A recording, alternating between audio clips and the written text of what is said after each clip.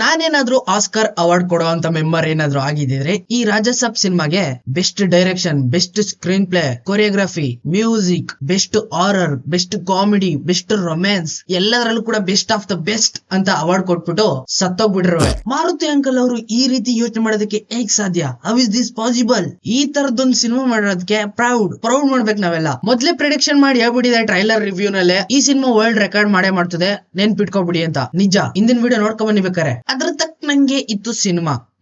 The ರಾಜಸಬ್ ಇದು present cinema ಪ್ರಭಾಸ್ದು. Release ಆಗಿರೋದು ಮೊನ್ನೆ, ನಾನು ಇವತ್ತು ಬರ್ತಾ ಇದೀನಿ. I am extremely sorry. Assignment ಕೊಟ್ಟಿದ್ರು, ಕಂಪ್ಲೀಟ್ ಮಾಡ್ಲೇಬೇಕಾಗಿತ್ತು. ಅಂಡ್ ಈ ಸಿನಿಮಾ ನಿಮ್ ಇಮ್ಯಾಜಿನ್ ಲೆವೆಲ್ ಅಲ್ಲೇ ಇಲ್ಲ, ಅದಕ್ಕಿಂತ ಊಪರ್ ಇದೆ. ಆ CGI, VFX, ಆ ಸ್ಟೋರಿ, ಅಬ್ಬಬ್ಬಬ್ಬಬ್ಬಾ, ಕೊನೆ ಕ್ಲೈಮ್ಯಾಕ್ಸ್ ಅಲ್ಲಿ ಪಾರ್ಟ್ 2 ಥಿಂಕಿಂಗ್ ಮಾತ್ರ ನೆಕ್ಸ್ಟ್ ಲೆವೆಲ್ ಅಲ್ಲಿ ಇತ್ತು. ಇನ್ನ ಸಿನಿಮಾ ಇರೋದು 3 ಗಂಟೆ 3 ನಿಮಿಷ, ಆಲ್ಮೋಸ್ಟ್ 15 ನಿಮಿಷ ಇತ್ತು ಸಿನಿಮಾ. 3.25 ಗಂಟೆ 11 ನಿಮಿಷದ ಕ್ಲಿಪ್ ನ ಡಿಲೀಟ್ ಮಾಡಿದಾರೆ. ಮೇಕರ್ಸ್ ಅವರೇ ಅಫಿಷಿಯಲ್ ಆಗಿ ಹೇಳ್ಬಿಟ್ರು, ಟ್ರೈಲರ್ ಒಳಗಡೆ ನೋಡಿರುವಂತ ಕ್ಲಿಪ್ಸ್ ಗಳು ಸಿನಿಮಾದಲ್ಲಿ ಇಲ್ಲ ಅಂದ್ರೆ ನೆನ್ಪಿಟ್ಕೊಂಬಿಡಿ, ಇದನ್ನ ಡಿಲೀಟ್ ಮಾಡವ್ರೆ ಅಂತ. ಒಂದು ಸಿಗ್ನೇಚರ್ ಶಾಟ್ ಕೂಡ ಇತ್ತು. ಪ್ರಭಾಸ್ ಗ್ರಾವಿಟೇಷನಲ್ ಪವರ್ ನ ಯೂಸ್ ಮಾಡ್ಕೊಂಡು ರೊಟೇಟ್ ಆಗ್ತಾರೆ ಹಿಂಗೆ. ಅದನ್ನ ಸಿನಿಮಾದಲ್ಲಿ ನೀವು ನೋಡೋದಕ್ಕೆ ಆಗಲ್ಲ, ಎಲ್ಲ ಬರ್ಬೋದೇನೋ ಅಂತ ಎಕ್ಸ್ಪೆಕ್ಟ್ ಮಾಡ್ತಾ ಇದೆ, ಬಟ್ ಮಿಸ್ಸಿಂಗ್. ಅದನ್ನು ಕೂಡ ಡಿಲೀಟ್ ಮಾಡಿದ್ದಾರೆ ಮೇಕರ್ಸ್, ಲೇಡಿ ಮೇಕರ್ಸ್. ಇನ್ನು ಸಿನಿಮಾದಲ್ಲಿ ಮೂರ್ ಹೀರೋಯಿನ್ಸ್ ನೆಸೆಸಿಟಿ ಇದೆಯಾ ಅಂತ ಮಾರುತಿ ಅಂಕಲ್ ಕೇಳಿದ್ರೆ ಹೋಗನೇನ್ ಅಂತ ಬೈತಾರೆ. ಅವ್ರ ವಿಷನ್ ಆ ಲೆವೆಲ್ ಅಲ್ಲಿ ಇದೆಯಲ್ಲ, ಥಿಂಕ್ ಮಾಡಕ್ಕೆ ಆಗದೆ ಇರೋ ಲೆವೆಲ್ ಅಲ್ಲಿ ಇದೆಯಲ್ಲ, ನಾವು ಮಾತಾಡಿ ಏನು ಪ್ರಯೋಜನ ಇಲ್ಲ. ಇನ್ನು ಮೇನ್ ಆಗಿ ಸ್ಟೋರಿ ಕಡೆ ಬರೋದಾದ್ರೆ ಎಕ್ಸಲೆಂಟ್, ಮಾರ್ವಲಸ್. ಈ ರೀತಿ ಒಂದು ಸ್ಟೋರಿನ ಹಿಂದೆ ನೋಡಿರಲ್ಲ, ಮುಂದೆ ನೋಡಕ್ಕೂ ಆಗಲ್ಲ ನೀವು. ಓ ಮೈ ಶಿಟ್. ಸಂಜಯ್ ದತ್ ಅನ್ನೋ ಒಬ್ಬ ತಾತ ಸತ್ತೋಗ್ಬಿಟ್ಟು ದೆವ್ವ ಆಗಿರ್ತಾನೆ. ದೆವ್ವ ಆಗೋದ್ರ ಜೊತೆಗೆ ಬದುಕಿದ್ದಾಗ ಒಂದಷ್ಟು ದುಡ್ಡನ್ನ ಒಡಕ ಬಂದ್ಬಿಟ್ಟಿರ್ತಾನೆ. ಅಲ್ಲಿ ಇಲ್ಲಿ ಎಲ್ಲ ಕಡೆ ಕೆರ್ಕ ಬಂದ್ಬಿಟ್ಟಿರ್ತಾನೆ. ಸತ್ತ ಮೇಲೂ ಕೂಡ ಕೆರಿತಾ ಇರ್ತಾನೆ. ದೆವ್ವ ಆಗ್ಬಿಟ್ಟು ಎಲ್ಲಾನು ಕೆರ್ಕೊಂಡೋಗಿ ಒಂದ್ ಬಂಗ್ಲೆಲ್ ಮಡಿಕೊಂಡು ಕಾವಲು ಕಾಯ್ತಾ ಇರ್ತಾನೆ, ಯಾರು ಮುಟ್ಟಂಗಿಲ್ಲ ಅಂತ. ಇನ್ನು ಈ ಕಡೆ ಪ್ರಭಾಸ್ಗೆ ಒಬ್ಳು ಅಜ್ಜಿ ಇರ್ತಾಳೆ, ಅವಳಿಗೆ ಮರು ಕಾಯಿಲೆ.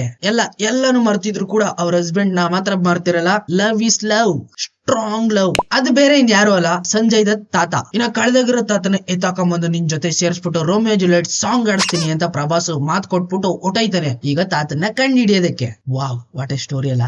ವಿಧಿ ಅವನನ್ನ ಎಲ್ಲೆಲ್ಲಿಂದನೋ ಆಟ ಆಡಿಸ್ಕೊಂಡು ಎಲ್ಲೆಲ್ಲಿಗೋ ಕರ್ಕೊಂಡೋಗಿ ಕೊನೆಗೆ ಅವ್ರ ತಾತನ ಮೀಟ್ ಮಾಡ್ಸುತ್ತೆ. ಆಮೇಲೆ ಏನ್ ಸ್ಟೋರಿ ಮರ ಇದು. ಈ ತರದೊಂದು ಸ್ಟೋರಿ ನಾನು ನೋಡೇ ಇಲ್ಲ. ಅದ್ರಲ್ಲೂ ಕೂಡ ಈ ಸಿನಿಮಾದಲ್ಲಿ ಯೂಸ್ ಮಾಡಿರೋಂತ CGI, VFX, ಆ ಮೊಸ್ಲೆ ಫೈಟ್ ನೆಕ್ಸ್ಟ್ ಲೆವೆಲ್. ಬೇರೆ ಸಿನಿಮಾದಲ್ಲಿ ಇಂಟರ್ವಲ್ ಸೀನ್ ಯಾವ ರೀತಿ ಇಟ್ಟಿರ್ತಾರೆ, ಸಸ್ಪೆನ್ಸ್ ಆಗಿ ಏನೋ ಒಂದು ರಿವೀಲ್ ಮಾಡೋ ತರ, ಆಕ್ಷನ್ ಮಧ್ಯದಲ್ಲಿ some kind of signature style ಗಳನ್ನೆಲ್ಲ ಯೂಸ್ ಮಾಡಿರ್ತಾರೆ. ಬಟ್ ಇಲ್ಲಿ ತಾತ ಮೊಮ್ಮಗ ಇಬ್ರು ಫೇಸ್ ಟು ಫೇಸ್ ಬಂದ್ ಮಾತಾಡ್ತಾ ಇರ್ತಾರೆ. ಮಾತಾಡೋ ಮಧ್ಯದಲ್ಲಿ ಇಂಟರ್ವ್ಯೂ ಏನ್ ಪರ್ಫೆಕ್ಟ್ ಶಾಟ್. ಈಗ್ಲೂ ಕೂಡ ಅರ್ಗಿಸ್ಕೊಳಕ್ ಆಗದೆ ಇರೋಂತ ಕೆಲವೊಂದಷ್ಟು ಸೀನ್ಸ್ ಗಳು. ಅದು ಕೂಡ ಹೀರೋಯಿನ್ ಜೊತೆ ಮೀಟ್ ಅಪ್. ಮೊದಲನೇ ಹೀರೋಯಿನ್ ರಿದ್ದಿ ಕುಮಾರ್ ಅವರು ಮನೇಲೆ ಮುಸ್ರಾಗಿ ಸರಿ ತೊಳ್ಕೊಂಡು ಮೇಂಟೈನ್ ಮಾಡ್ತಾ ಇರ್ತಾರೆ. ಇನ್ನು ಸೆಕೆಂಡ್ ಹೀರೋಯಿನ್ ನಿಧಿ ಅಗರ್ವಾಲ್ ಅವರು, ಇವ್ರ ಎಂಟ್ರಿ ಸೀನೆ ಒಂದ್ ರೀತಿ ಡಿಫ್ರೆಂಟ್ ಆಗಿತ್ತು. ಯಾರು ಯೋಚನೆ ಮಾಡಕ್ ಆಗ್ಲಿಲ್ಲ. ನಾನಂತೂ ಈ ರೀತಿ ಒಂದ್ ಎಂಟ್ರಿ ಇರುತ್ತೆ ಹೀರೋಯಿನ್, ಅದು ಅಲ್ಲದೆ ಹೀರೋ ಬಂದ್ ಈ ರೀತಿ ಮೀಟ್ ಮಾಡ್ತಾನೆ, ಸಡನ್ ಆಗಿ ಇಬ್ರು ಮಧ್ಯೆ ಲವ್ ಆಗೋಗುತ್ತೆ. ಎಲ್ಲದಕ್ಕಿಂತ ವಿಚಿತ್ರವಾಗಿದ್ದು ಮಾಳ್ವಿಕಾ ಅವರ ಎಂಟ್ರಿ. ಇದ್ರ ಮಧ್ಯದಲ್ಲಿ ಮಾಳ್ವಿಕಾ ಅವರು ಹೆಂಗ್ ಬಂದ್ರು ಸೆನ್ಸೇ ಆಗಲ್ಲ. ಅದು ಇದೆಲ್ಲದಕ್ಕಿಂತ ಜಾಸ್ತಿ ಗ್ರೇಟ್ ಆಫ್ ದ ಗ್ರೇಟ್ ಅಂತ ಅನ್ಸಿದ್ದು, ತಾತ ನಿಧಿಗೆ ಮೋಸ ಮಾಡ್ಬಿಟ್ಟಿರ್ತಾನೆ, 3 ಲಕ್ಷನ ನಾಮ ಹಾಕ್ಬಿಟ್ಟಿರ್ತಾನೆ. ಆದ್ರೆ ತಾತನ್ ಮೊಮ್ಮಗ ಪ್ರಭಾಸೆ ಅಂತ ನಿಧಿಗೆ ಹೆಂಗ್ ಗೊತ್ತಾಯ್ತು? ಅವ್ನ್ ಫೋನ್ ನಂಬರ್ ಇವಳಿಗೆ ಹೆಂಗ್ ಸಿಕ್ತು? ಅದ್ ಹೆಂಗ್ ಇವನೇ ಅವ್ರ ಮೊಮ್ಮಗ ಅಂತ ಕಂಡು ಹಿಡಿದು ಬಿಟ್ರು. ಏನ್ ಸೆನ್ಸಿಬಲ್ ಮೂಮೆಂಟ್ ಅಂತೀರ. ವಾಹ್ ಮಾರುತಿ ಅಂಕಲ್, ನೆಕ್ಸ್ಟ್ ಪಾರ್ಟ್ ಗೋಸ್ಕರ ನಾನು ಐ ಆಮ್ ವೇಟಿಂಗ್.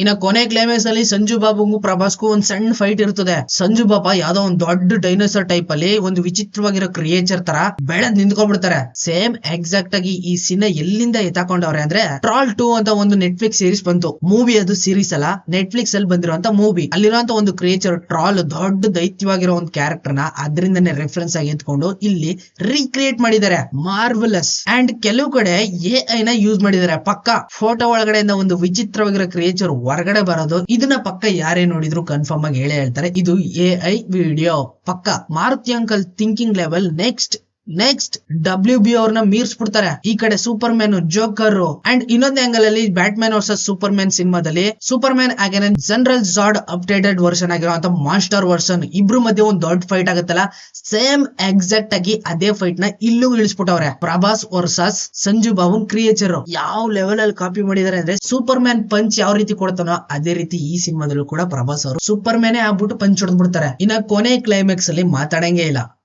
ಡೈರೆಕ್ಟ್ ಆಗಿ ಸೂಪರ್ ಮ್ಯಾನ್ ಇಂದ ಜೋಕರ್ ಹಂಗೆ ಜಂಪ್ ಆಗ್ಬಿಟ್ಟು ಪ್ರಭಾಸ್ ಜೋಕರ್ ಆಗಿ ಕನ್ವರ್ಟ್ ಆಗೋಯ್ತಾರೆ. ಪಾರ್ಟ್ 2 ಒಳಗಡೆ Prabhas versus Prabhas. What thinking. Hollywood ಅವ್ರು ಏನಾದ್ರು ಈ ಸಿನಿಮಾ ನೋಡ್ಬಿಟ್ರೆ, ಮಾರುತಿ ನೀವ್ ಇಲ್ಲಿರೋದೆಲ್ಲ ವೇಸ್ಟ್, ಬಂದ್ಬಿಡಿ ನಮ್ ಸಿಟಿಗೆ, ಇಲ್ಲಿ ಹಾಕೊಂಡ್ ರುಬ್ಬೋಣ. ಇನ್ನೇನಾದ್ರೂ ಜಾಸ್ತಿ ಹೇಳ್ಬಿಟ್ರೆ ಆ ಕಡೆಯಿಂದ ನಮ್ಗೆ ಕಾಪಿ ರೈಟ್ ಸ್ಟ್ರೈಕ್ ಹಾಕ್ಬಿಡ್ತಾರೆ. ಸಾಕು, ಸಿನಿಮಾ super hit, mass, action, comedy, thrilling, top ಗೆ ಟಾಪ್. ಈ ತರ ಸಿನಿಮಾ ಮಾಡೋದಕ್ಕೆ ಎಲ್ರು ಕೂಡ ಮುಕ್ಕರಿಬೇಕು. ಯಾವ ಒಂದ್ ಕೈಲೂ ಆಗಲ್ಲ ಈ ತರ ಸಿನಿಮಾ. ಒಟ್ನಲ್ಲಿ ಈ ಸಿನಿಮಾ ಫ್ಯಾಂಟಾಸ್ಟಿಕ್, ಮಾರ್ವಲಸ್. ನನಗಂತೂ ಬಹಳ ಬಹಳ ಇಷ್ಟ ಆಗೋಯ್ತು. ಸಿಗ್ತೀನಿ ಮುಂದಿನ ವಿಡಿಯೋದಲ್ಲಿ. Take care, bye bye. ಎಲ್ಲ ಚೀಪ್